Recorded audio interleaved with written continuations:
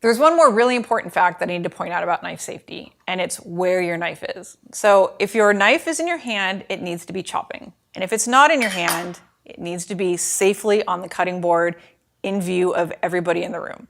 So I'm going to show you what happens if you keep this in your hand when you're not chopping. So say you chop your carrot.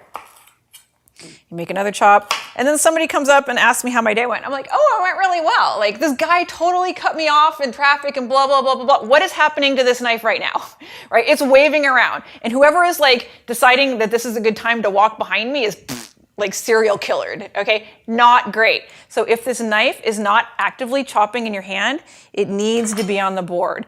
If you're not chopping, the knife should not be in your hand, because if it's not chopping, this knife is somewhere. And if you're not paying attention to what it's doing, then you're not paying attention to the knife. And that's just a recipe for disaster, right? You're gonna cut yourself, you're gonna cut somebody else, you're gonna point at the fridge, and somebody's gonna be standing right there. And then, why would you want to do that to somebody, you know?